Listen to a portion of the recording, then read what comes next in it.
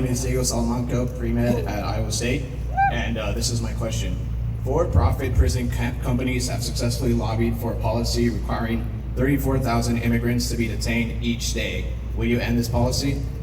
Well, they're contracted by the federal government, and that's the federal government's responsibility. So if people have committed crimes, they should be deported. Ultimately, what we need to do,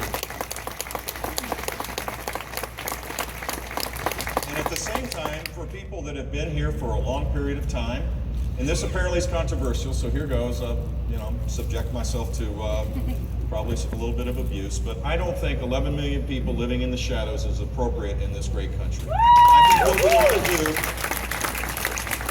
is stop ignoring the problem, fix the legal immigration system, and if anybody's interested in that, I have some ideas on that.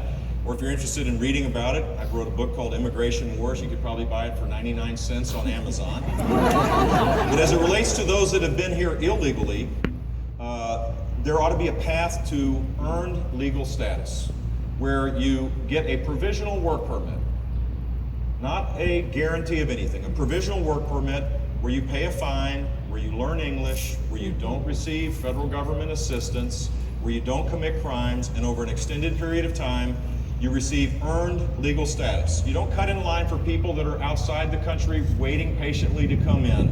That, I think, is the just way to deal with this problem. I don't know of any other option, to be honest with you, other than keeping people in the shadows and not fixing a system that needs to be fixed. Here's the deal. Democrats win with this politically. If we just keep this lingering forever and ever, it's a wedge issue that at least for the last two presidential races, we've lost. I want to win. I want to win so that we can apply conservative principles. And will allow us to fix the legal system that needs fixing as well. Canada has more economic immigrants coming into its country than the United States does, and Canada's 1/10 our size. We could have the first 500,000 first-round draft picks every year if we wanted to create a strategy around immigration. And the contract ought to be embrace our values, learn English, pursue your dreams any way you want, but pursue them in an American way. And that's the immigrant experience. By the way, 99.9% of immigrants would take that deal in a heartbeat. We shouldn't be fearful of the things that make us special and unique. We should embrace them in a competitive world. And so I'm not a big fan. I think if people commit crimes, they ought to be sent back.